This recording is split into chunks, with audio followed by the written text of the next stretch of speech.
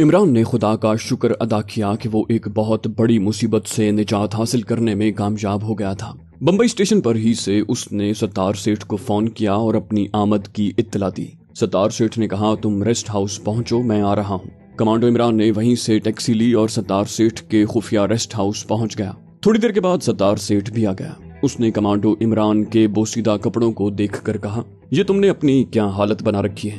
جبران کہاں ہے اور تم کہاں سے آ رہے ہو اور یہ تمہارے کپڑوں سے کیسی بو آ رہی ہے؟ عمران نے کہا تھوڑا صبر کرو سیٹھ، میں سب کچھ بتاتا ہوں۔ اس کے بعد عمران نے ستار سیٹھ ماسٹر سپائے کو اپنی گرفتاری اور کیرل کی خطرناک جیل سے فرار کی کہانی سنا دی، لیکن اس نے پراسرار عورت کی آتما کا ذکر نہ کیا، اس کی ضرورت نہیں تھی۔ ستار سیٹھ نے جبران کے بارے میں بتایا کہ وہ بمبئی نہیں آیا۔ عمران کہنے لگا اس کا مطلب ہے کہ وہ پولیس اور انٹیلیجنس والوں کی قید میں ہے، خدا جانے اس پر کیا بیت رہی ہو۔ ستار سیٹھ نے کہا تم بتاؤ کہ اب تمہارا کیا ارادہ ہے؟ عمران نے کہا میں واپس کشمیری مجاہدین کے پاس جانا چاہتا ہوں تاکہ جہاد کشمیر میں شریک ہو سکوں۔ ستار سیٹھ بولا اور کمانڈو جبران؟ شاید پہلے ہی سے وہ جموں کشمیر چلا گیا ہو۔ عمران بولا اگر ایسا ہوا ہو تو بڑی خوشی کی بات ہے، لیکن میرا خیال ہے کہ کمانڈو جبران فرار ہونے میں کامیاب نہیں ہوا۔ ستار سیٹھ نے پوچھا تو کیا تم اسے تلاش کرو گے؟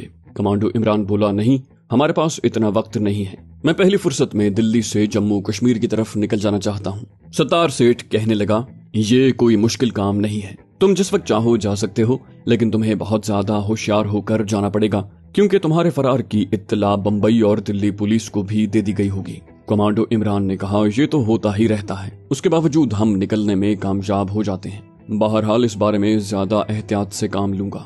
ستار سیٹھ بولا کل صبح منہ اندھیرے کی ٹرین سے تم نکل جانا، دن کے وقت جانا ٹھیک نہیں، میں تمہارے لیے نئے کپڑے لاتا ہوں۔ ستار سیٹھ وہیں سے گاڑی لے کر بمبئی کی ایک مارکیٹ میں آ گیا اور کمانڈو عمران کے سائز کی ایک پتلون، ایک جیکٹ اور ایک قمیض خرید کر لے آئے۔ عمران نے غسل کیا، اس کے بعد کپڑے تبدیل کیے اور کھانا کھا کر سو گیا۔ وہ اس قدر تھکا ہوا تھا کہ بستر پر لیٹتے ہی اسے نیند آ گئی۔ وہ سارا دن سویا رہا۔ دن غروب ہو چکا تھا جب وہ بیدار ہوا۔ شروع رات میں ستار سیٹھ بھی آ گیا، کہنے لگا میں نے دلی میں حاجی صاحب سے رابطہ پیدا کر کے ان سے جبران کے بارے میں پوچھا ہے، وہ کہتے ہیں کہ جبران ان کے پاس نہیں پہنچا۔ عمران نے کہا اس کا مطلب ہے کہ وہ بھارتی پولیس یا ملٹری پولیس کی قید میں ہے، بہرحال وہ فرار ہونے کی مسلسل کوشش کر رہا ہوگا اور کسی نہ کسی وقت فرار ہو کر کشمیر کے محاذ پر پہنچ جائے گا۔ رات 10 بجے کھانا وغیرہ کھانے کے بعد ستار سیٹھ چلا گیا۔ عمران بیڈ روم میں آ گیا، اس نے ٹیبل لیمپ کی بتی بجھا دی اور بستر پر لیٹ کر سونے کی کوشش کرنے لگا۔ چونکہ وہ سارا دن سویا رہا تھا اس لیے نیند اس سے کوسوں دور تھی۔ وہ ویسے ہی آنکھیں بند کر کے بستر پر پڑا رہا۔ کھلی کھڑکی میں سے سمندر کی طرف سے ٹھنڈی ہوا کے جھونکے آ رہے تھے۔ اچانک عمران کو کسی کے قدموں کی آہٹ محسوس ہوئی، اس نے آنکھیں کھول دیں۔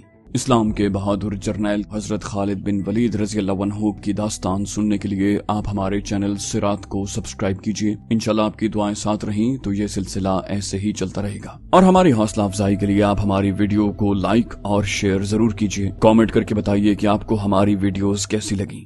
بیڈ روم میں ہلکا ہلکا اندھیرا تھا۔ کھڑکی میں سے کوٹھی کے برآمدے میں جلنے والی بتی کی دھیمی دھیمی روشنی اندر آ رہی تھی۔ اس روشنی میں اسے اسی پراسرار عورت کی آتما نظر آئی۔ آتما یعنی بدروح بند دروازے کے پاس کھڑی تھی اور اشارے سے عمران کو باہر آنے کے لیے کہہ رہی تھی۔ وہ بول نہیں رہی تھی، صرف باہر نکلنے کا اشارہ کر رہی تھی۔ اس وقت عمران سوچنے لگا کہ اس عورت کی روح اس سے کوئی کام کروانا چاہتی ہے، اس کا کوئی خاص مقصد ہے جس کو سامنے رکھتے ہوئے وہ عمران کو پال گھاٹ کے اسٹیشن بلکہ اس سے بھی پہلے جنگل والے دریا کے پل سے یہاں تک لائی ہے۔ پہلے اس روح نے عمران کو دلی جانے سے روکا اور بمبئی کی طرف جانے کی ہدایت کی۔ بمبئی آ کر اب پھر اسے کسی طرف چلنے کو کہہ رہی ہے۔ اتنا اسے احساس تھا کہ بدروح کی نیت خراب نہیں، اگر اس نے عمران کو کسی مصیبت میں ڈالنا یا اسے کوئی نقصان پہنچانا ہوتا تو وہ اب تک ایسا کر چکی ہوتی۔ یہ سوچ کر عمران بستر پر اٹھ کر بیٹھ گیا۔ اس نے پہلی بار عورت کی آتما سے مخاطب ہو کر پوچھا تم کون ہو اور مجھ سے کیا چاہتی ہو؟ پراسرار عورت کی آتما دھوئیں کے ایک انسانی ہیولے کی طرح تھی۔ عمران کو ایک آہ کی آواز سنائی دی جیسے آتما نے سرد آہ بھری ہو۔ آتما بدستور عمران کو دروازے کی طرف بلاتی رہی۔ عمران نے پوچھا کیا تم مجھے باہر نکلنے کا کہہ رہی ہو؟ آتما نے اس بات میں سر ہلایا جیسے کہہ رہی ہو ہاں میں تمہیں باہر نکلنے کے لیے کہہ رہی ہوں۔ عمران پر یہ بھی ظاہر ہوا کہ یہ پراسرار بدروح سن سکتی ہے مگر بول نہیں سکتی۔ اس نے عورت کی آتما سے دوسرا سوال کیا تم مجھے کہاں لے جانا چاہتی ہو؟ عورت کی آتما نے ایک بار پھر سرد آہ بھری اور ہاتھ کا ایسا اشارہ کیا جیسے وہ اسے وہاں سے کچھ دور کسی جگہ لے جانا چاہتی ہے۔ اس وقت رات کے 11:15 بجنے والے تھے۔ ستار سیٹھ کا یہ ریسٹ ہاؤس بمبئی شہر سے باہر کافی دور سمندر کے جنوب مشرقی کنارے پر ایک ویران اور غیر آباد جگہ پر واقع تھا، اور وہاں سے 1 میل کے فاصلے پر ست پڑا پہاڑی سلسلے کے جنگل شروع ہو جاتے تھے۔ ریسٹ ہاؤس کے باہر خاموشی چھائی تھی۔ عمران نے جلدی جلدی پتلون اور جیکٹ پہنی، الماری میں سے ستار سیٹھ کا بھرا ہوا پستول نکال کر اسے چیک کیا اور جیب میں رکھ کر آتما سے کہا، تم مجھے جہاں لے جانا چاہتی ہو کیا مجھے وہاں کوئی خطرہ ہوگا؟ عورت کی بدروح نے نفی میں سر ہلایا، جیسے کہہ رہی ہو کہ تمہیں وہاں کسی قسم کا کوئی خطرہ نہیں ہے۔ اس کے ساتھ ہی عمران نے اس سے پوچھا، تم جنگل والے دریا کے پل سے میرے ساتھ ہو اور مجھے گائیڈ کر کے یہاں تک لے آئی ہو، کیا تمہارے خیال میں کوئی دوسرا آدمی تمہاری مدد نہیں کر سکتا؟ عورت کی آتما نے ایک بار پھر نفی میں سر ہلایا، جیسے کہہ رہی ہو کہ تمہارے سوا میری کوئی مدد نہیں کر سکتا۔ عمران نے ایک اور سوال کرتے ہوئے پوچھا، تم روح ہو؟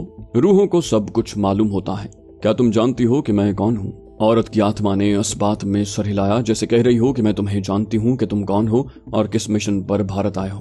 عمران نے پوچھا، مجھے یہاں سے کتنی دور جانا ہوگا؟ عورت کی آتما نے ہاتھ سے اشارہ کیا جیسے کہہ رہی ہو کہ یہاں سے زیادہ دور نہیں جانا ہوگا۔ عمران نے کہا، میں تمہاری خاطر تمہارے ساتھ چلنے کو تیار ہوں۔ جیسے ہی عمران دروازے کی طرف بڑھا، عورت کی آتما بند دروازے میں سے باہر نکل گئی۔ عمران دروازہ کھول کر باہر آیا تو عورت کی آتما ریسٹ ہاؤس کے برآمدے میں کھڑی اس کو اشارے سے بلا رہی تھی۔ عمران عورت کی آتما کی رہنمائی میں چل پڑا۔ ریسٹ ہاؤس کے عقبی میدان میں بہت زیادہ جنگلی جھاڑیاں اور درخت تھے۔ عورت کی آتما عمران کو گائیڈ کر رہی تھی۔ وہ اسے اسی میدان کی جھاڑیوں میں سے گزار کر سمندر کے کنارے کی طرف لے آئی، جہاں ریت پر بڑے بڑے پتھر اور چٹانیں پھیلی ہوئی تھیں۔ ستاروں کی روشنی میں یہ سیاہ چٹانیں بڑا ڈراؤنا منظر پیش کر رہی تھیں۔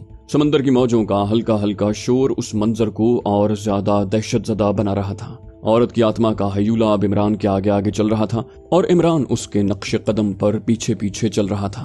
چلتے چلتے عورت کی آتما سمندر کے کنارے سے بائیں طرف ہٹتی گئی۔ اس طرف ایک جنگل سا شروع ہوتا تھا۔ عورت کی آتما جنگل میں داخل ہو گئی، جہاں درختوں اور اونچی اونچی جھاڑیوں کی وجہ سے اندھیرا چھا رہا تھا، مگر اس اندھیرے میں بھی عورت کی آتما کا سفید ہیولا عمران کو صاف نظر آ رہا تھا۔ جنگل خاموش اور سنسان تھا۔ عورت کی آتما عمران کو ایک گھاٹی میں سے نکال کر اس جگہ پر لے آئی جہاں عمران کو درختوں کے نیچے ایک جھونپڑی نظر آئی۔ جھونپڑی خالی تھی۔ جھونپڑی کے اندر بانس کی ایک کھاٹ پڑی تھی۔ ایک مٹی کا مٹکا تھا جس پر ڈھکن دیا ہوا تھا۔ عمران نے ڈھکن اٹھایا، مٹکے میں پانی تھا۔ اس نے ڈھکنا واپس رکھ دیا۔ اس دوران روح جھونپڑی کے دروازے پر آ گئی تھی اور عمران کو جھونپڑی کے پیچھے آنے کا اشارہ کر رہی تھی۔ عمران جھونپڑی کے پیچھے آ گیا۔ وہاں آتے ہی اسے کمزور سی انسانی آواز سنائی دی۔ یہ آواز کچھ کہہ رہی تھی۔ عمران کو الفاظ سمجھ میں نہیں آئے تھے۔ عورت کی آتما ایک پتھر کے پاس جا کر کھڑی ہو گئی اور عمران کو اس طرف آنے کا اشارہ کرنے لگی۔ عمران پتھر کے پاس گیا تو اسے انسانی آواز دوبارہ سنائی دی۔ اب اسے الفاظ بھی سمجھ میں آ گئے۔ یہ آواز پتھر کے نیچے سے آ رہی تھی اور کوئی بڑی بے بسی سے کہہ رہا تھا کہ مجھے باہر نکالو۔ عمران نے عورت کی آتما کی طرف دیکھا۔ آتما پتھر کی طرف اشارہ کر رہی تھی۔ عمران جلدی سے آگے بڑھا۔ اس نے جھک کر پتھر کو دیکھا۔ یہ پتھر کی ایک بھاری سل تھی۔ اس نے دونوں ہاتھوں سے سل کو پکڑ کر پورا زور لگا کر سل کو دوسری طرف کر دیا۔ اس نے دیکھا کہ وہاں ایک کافی گہرا اندھیرا گڑھا تھا جو کنویں کی طرح تھا۔ انسانی آواز اس کنویں کے اندر سے آ رہی تھی۔ عمران نے کہا، تم کون ہو؟ کنویں کے اندر سے آواز آئی، میں انسان ہوں۔ میرے دشمنوں نے مجھے بے ہوش کر کے یہاں گرا دیا ہے۔ اب مجھے ہوش آ گیا ہے، خدا کے لیے مجھے باہر نکالو۔ عمران نے کہا، فکر نہ کرو، میں ابھی تمہیں باہر نکالتا ہوں۔ عمران نے ادھر ادھر دیکھا۔ عورت کی آتما نے جھونپڑی کی طرف اشارہ کیا۔ عمران جھونپڑی میں آ گیا۔ اسے کسی رسی کی ضرورت تھی۔ اس نے فوراً بانس کی چارپائی کی رسی جس کی مدد سے چارپائی کے بان کو کس دیا گیا تھا کھولنی شروع کر دی۔ تھوڑی دیر میں اس نے رسی کھول ڈالی اور اسے لے کر کنویں پر آ گیا۔ اس نے کنویں کی طرف جھک کر کہا، میں رسی نیچے لٹکا رہا ہوں، اگر تم اسے پکڑ سکتے ہو تو پکڑ لو، میں تمہیں باہر کھینچ لوں گا۔ کنویں کے اندر سے انسانی آواز سنائی دی، رسی لٹکاؤ، میں اسے پکڑ لوں گا۔ عمران نے رسی کنویں میں لٹکا دی۔ جب آدھی سے زیادہ رسی کنویں میں چلی گئی تو نیچے سے کسی نے اسے پکڑ کر ہلایا۔ کنویں میں سے آواز آئی، میں نے رسی پکڑ لی ہے۔ عمران نے کہا، رسی کو پکڑے رکھو۔ عمران نے رسی کے دوسرے سرے کو قریب ہی ایک بہت بڑے پتھر کے ساتھ اچھی طرح سے باندھ دیا اور کنویں پر جھک کر کہا، رسی کی مدد سے اوپر چڑھنے کی کوشش کرو۔ رسی تن گئی۔ اس کا مطلب تھا کہ کنویں میں گرا ہوا آدمی اوپر چڑھنے کی کوشش میں لگ گیا تھا۔